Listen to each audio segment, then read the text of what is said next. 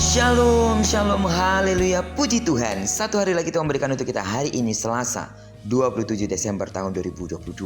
Percayalah Tuhan pasti akan memberkati kita di hari ini. Amin.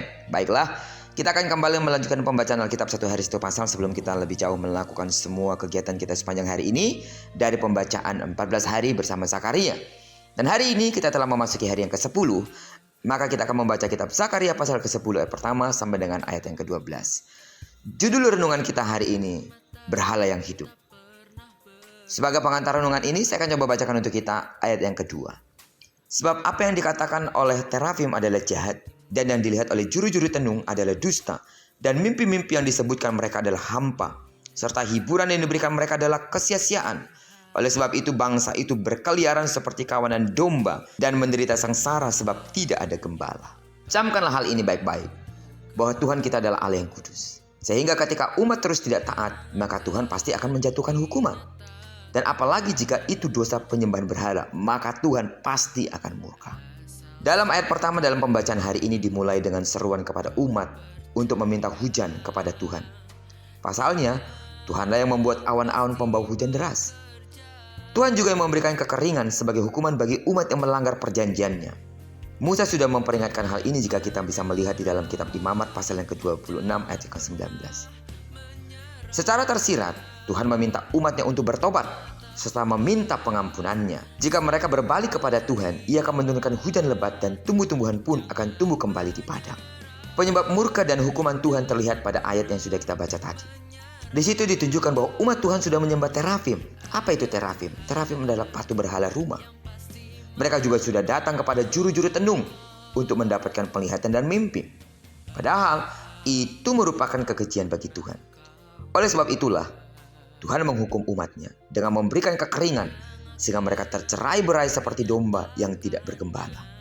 Salah satu dosa yang sangat dibenci Tuhan adalah penyembahan berhala. Alasannya adalah Tuhan Allah kita adalah Allah yang cemburu. Oleh sebab itu Tuhan akan menghukum dengan berat umat yang menyembah berhala. Dia bahkan akan membalaskan sampai kepada keturunan yang ketiga, bahkan keempat. Namun Tuhan Allah kita juga tetap penyayang dan pengasih. Dia akan mengampuni pelanggaran, kesalahan, dan dosa ketika umat Tuhan bertobat. Lewat perenungan kita pada pagi hari ini, mari kita sama-sama merenungkan. Apakah masih ada berhala-berhala dalam kehidupan kita? Berhala itu bisa saja berwujud kekuasaan, bisa berwujud uang, atau mungkin bisa berwujud keluarga kita. Suami, istri, anak-anak, orang tua. Definisi berhala saat ini bagi umat Kristen adalah ketika kita menempatkan sesuatu di atas segala-galanya melebihi Tuhan. Bisa karir, pekerjaan, uang, keinginan-keinginan daging, bahkan orang-orang yang kita cintai, suami, istri, anak. Apapun yang telah melebihi keinginan kita, melebihi keinginan untuk dekat dengan Tuhan, maka itu adalah berhala dan Tuhan membencinya. Karena itu sidang jemaat Tuhan, lewat perenungan kita pada pagi hari ini, Tuhan sedang mengingatkan kita kembali. Taruhlah Tuhan menjadi yang utama dan yang pertama dalam hidup kita. Sebab dengan demikian kita telah menyenangkan hatinya, dan barang siapa yang menyenangkan hati Tuhan, mereka layak untuk diberkati oleh Tuhan. Terpujilah nama Tuhan.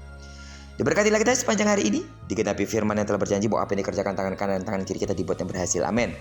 Kemanapun kaki kanan dan kaki kiri kita melangkah, karena kita telah menyerahkan diri kita sepenuhnya ke dalam tangan kendali Tuhan, maka di sana kemuliaan Tuhan akan dinyatakan. Diberkatilah kita bersama dengan orang-orang kita kasihi, serta bersama dengan orang-orang kita cintai dimanapun mereka berada. Terpujilah nama Tuhan. Shalom.